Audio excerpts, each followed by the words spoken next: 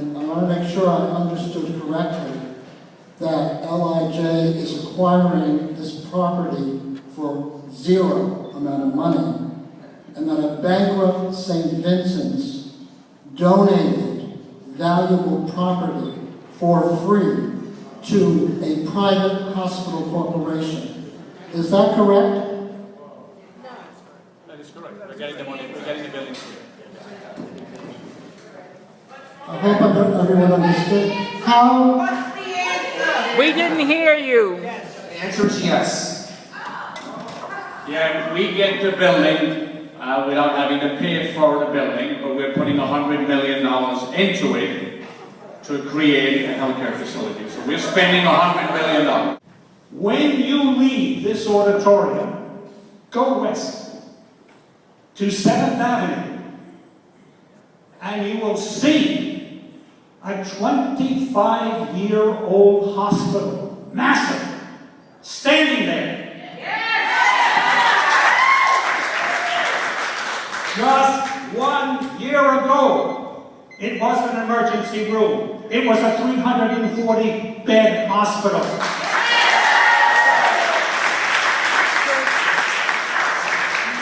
Take that $100 million and open it!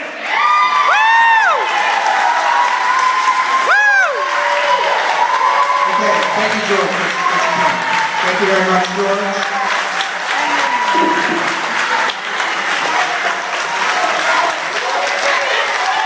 Don't forget your recorder. Open, open, open, open, open, open, open, open, open, open, open. Well, how come it seems like all these very rich guys can do, you know, what it is they do to all these poor people, the immigrants and all that? Well, these are all rich people now. Should I name the Rudins who have all this money, they can build everything, take over? Do they have to okay, screw us too? We had other people say that, look, they work for a full-service hospital. Who wouldn't want a full-service hospital? But they're realists, and they're settling for something as being better than nothing. Now, would something be better than nothing when we're talking about ending slavery? Would something be better than nothing if we were talking about concentration camps? Would something be better than nothing whenever people face all kind of serious issues that deprive them of essential things for their life? We're not talking about just getting more money here, as maybe the LIJ North Shore people are doing, who surely have the $1 billion. They could have made a hospital here. Yes! Yay!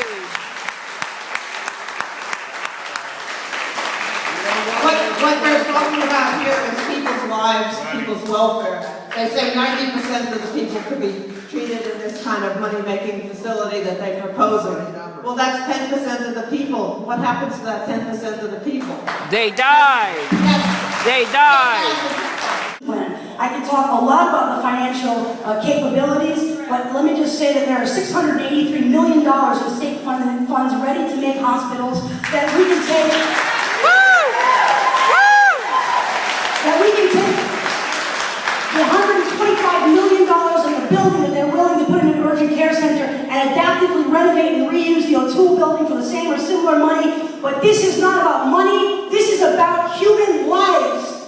We are being purposely misled by real estate interests to forego the medical care we're entitled to. I think people have shown that the money is there. When people, somebody comes along and says there's no money, you've heard people today pointing out that the money is there.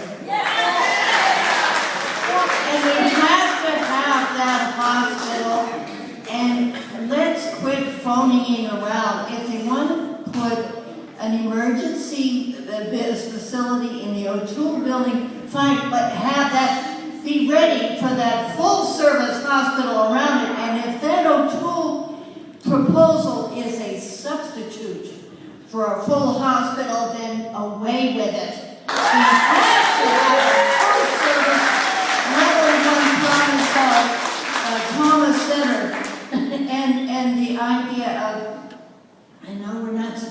talk about the condos, but we don't need them. We just need the hospital. Who has blood on their hands for Dario Giuliano? The federal judge.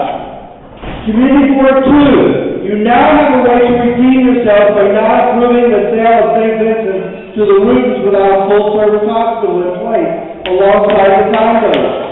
I really do not want an urgent care center. We have 23 already.